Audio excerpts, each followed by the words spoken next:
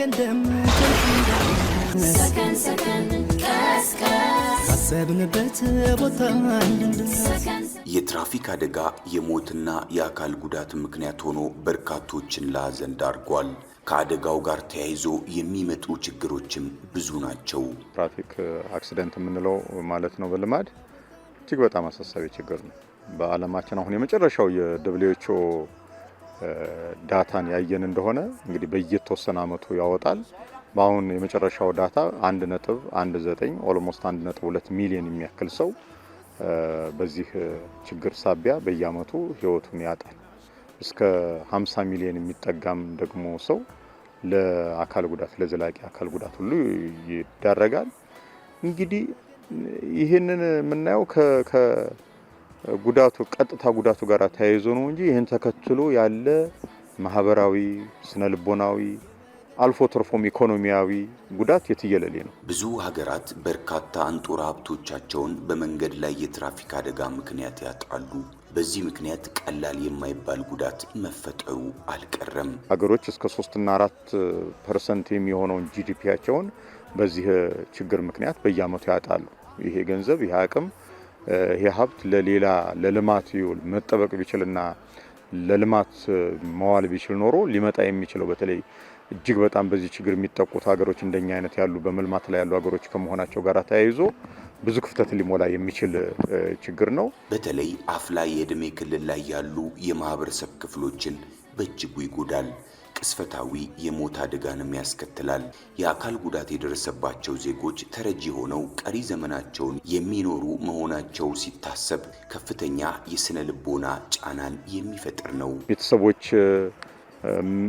መለያየታቸው፣ መነጠላቸው በዚህ አደጋ ሳቢያ አባት ማጣት ወይም ወላጅ ነው የቅርብም የሩቅም ዘመድን ወገንን ማጣት ቀላል አይደለም። ተረጂም ሆኖ ምናልባት በአብዛኛው እንግዲህ እንደውም ቁጥር 1 ደግሞ ገዳይነቱ እንደው አለመታወቁም ጭምር በጣም የሚያሳዝን ሆኖ ስለብዙ አደጋዎች ስለብዙ ሞቶች የአደጋ የህመም የጤና ቀውሶች እናውቃለን፣ እናወራለን።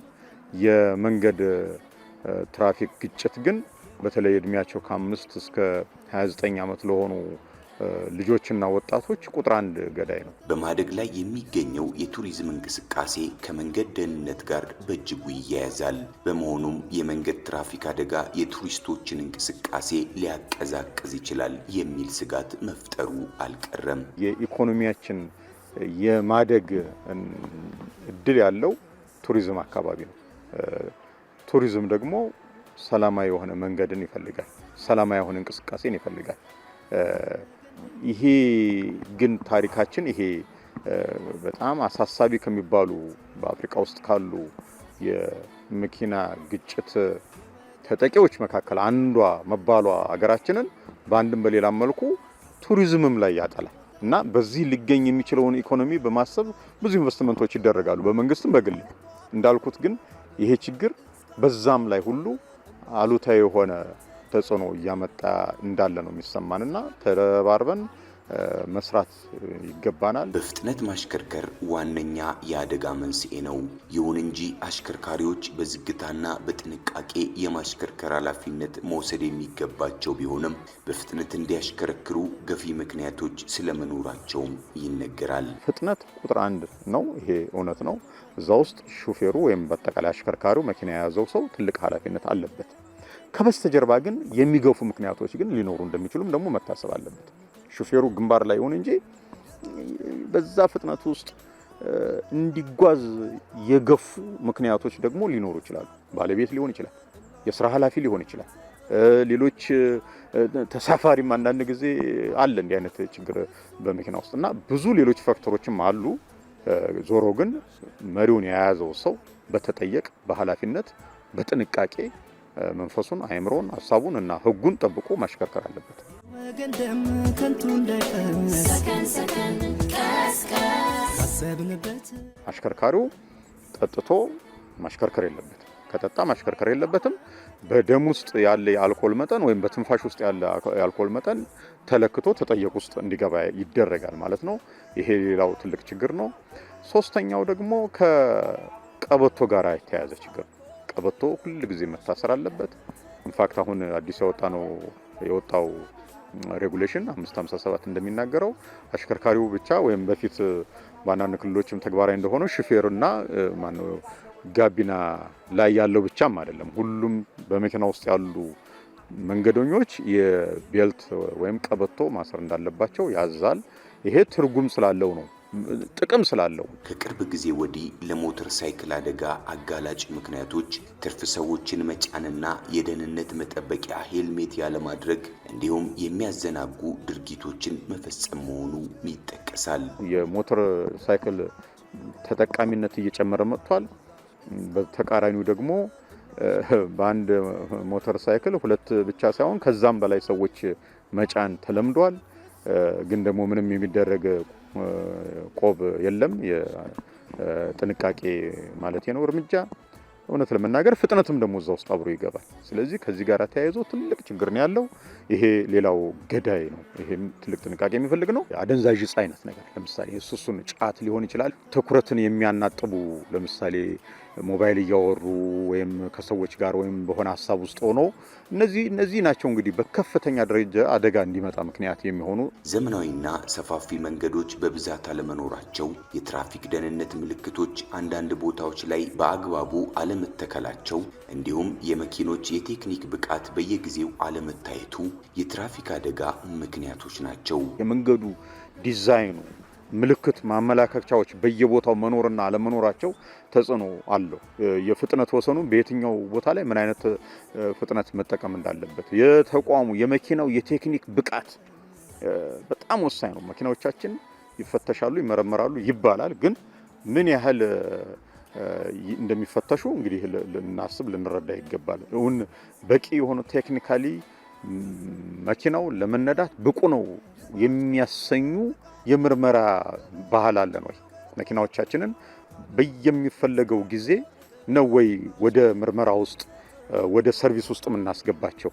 ይሄ መታየት አለበት። ምክንያቱም ከዚህ ጋር ተያይዞ ብዙ አናጠናውም እንጂ ብዙ ችግር ሊመጣ ስለሚችል ማለት ነው። እግረኞች መንገድ በሚያቋርጡበት ወቅት በማስተዋል አለመሻገር፣ የተሽከርካሪዎች አያያዝና አስተዳደር በበቂ የሰው ኃይልና መዋዕለ ንዋይ አለመመራት ለአደጋው የራሳቸው አስተዋጽኦ ቢኖራቸውም አሽከርካሪው ግን ዋነኛው ተጠያቂ መሆኑ አልቀረም። የመንገድ እና ባህል አጠቃቀማችንን የመኪና እና የአሽከርካሪዎችን አስተዳደርን ለሴፍቲ ያለን አጠቃላይ ግምት ትኩረት በዛ ላይ የሚያስፈልገውን ሪሶርስ የመመደብ ሊደርሺፕ አጠቃላይ አካባቢ ያለውን ችግር ሁሉ በዛ ውስጥ ይመጣል። እነዚህ እንግዲህ በቀጥታ የሚሆን በተዘዋዋሪ ሹፌሩን ወደ ግንባር ተጠየቅ ውስጥ እንዲመጣ ያደረጉ ግን በሚገባ ያለየናቸው አስተዋጽኦ አድራጊ ምክንያቶችም እንዳሉ እንረዳለን። ስለዚህ አንድ እውነታ ግን የማይካደው ምንድነው?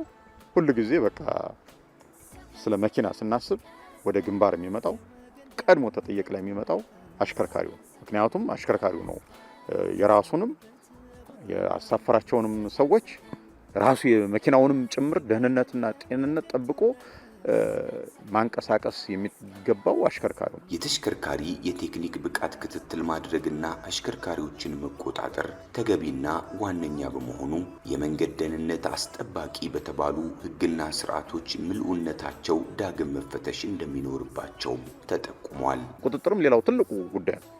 መስክ ላይ መቆጣጠር ብቻ ሳይሆን ኢቭን ከመስኩም በኋላና በፊት ያለው አጠቃላይ የህግ ስርዓታችን ሁሉ ከዚህ ከሮድ ሴፍቲ ጋር ተያይዞ ያለው ነገርና እነዚህን ሁሉ ስናመጣ አይ ቲንክ ብዙ ማሰብ ያለብን ይመስለኛል። እንደኛ አይነት ተቋማት ምን ያህል ለመንገድ ደህንነት ትኩረት ሰጥተን ጥናት ምርምር እናደርጋለን፣ መፍትሄ እናመጣለን፣ እንጽፋለን፣ መድረኮች እናዘጋጃለን፣ የውይይት የክርክር የኮንፈረንስ አይነት ነገር የሚለውም እኛ ጋር ይመጣል። ሌሎች ማህበራዊ ችግሮች በሚበራከቱበት ወቅት የማስተማርና የማንቃት ተግባራት በትብብር እንደሚደረጉ ሁሉ የመንገድ ትራፊክ አደጋም የሁላችንንም መረባረብ እንደሚፈልግ የመፍትሄ አቅጣጫም ተቀምጧል። ሁላችንም እንደ በኤችአይቪ ዙሪያ ስንሰራ እንደነበር ነው፣ በኮቪድ አካባቢ ስንሰራ እንደነበር ነው። ልክ እንደዛ መንገድ ደህንነትም ጀንደር አካባቢ ያው ስነ ስርዓተ ጾታ አካባቢ ሴቶች አካባቢ ለምሳሌ የምንሰራው ስራ አለ አይደለም፣ ክሮስ ከቲንግ አድርገን ልክ እንደዛ የመንገድ ደህንነት ጉዳይም ክሮስ ከቲንግ ነው ማለት ነው። የማያገባው ተቋም የማያገባው ኃላፊ የማያገባው ግለሰብ መዋቅር መኖር የለበትም። ለፖሊስ ለትራፊክ ፖሊስ ማለት ነው እና ለትራንስፖርት ቢሮ ወይም ሚኒስትር ብቻ ሰጥቶ ይህን ችግር እንቀርፈዋለን ብለን ማሰብ የለብን። ስለዚህ መንግስታዊ ተቋማት የሆኑ ያልሆኑ የትምህርት ተቋማት እንደኛ ያሉ በሚገባ ግንዛቤው እንዲኖር በኃላፊነት በተጠየቅ የመንቀሳቀስ ጉዳይ እንዲኖር ቢደረግ ያ ትልቅ ባህል ይሆናል ማለት ነው። የደህንነት ባህል ሲኖረን የዛን ጊዜ በሰላም ወጥቶ መግባትን እናያለን ማለት ነው።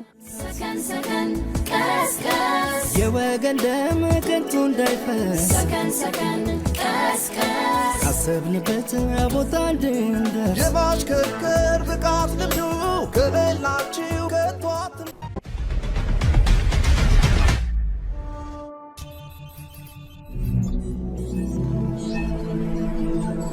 ሰላምና ደህንነት ለሁለንተናዊ ተጠቃሚነት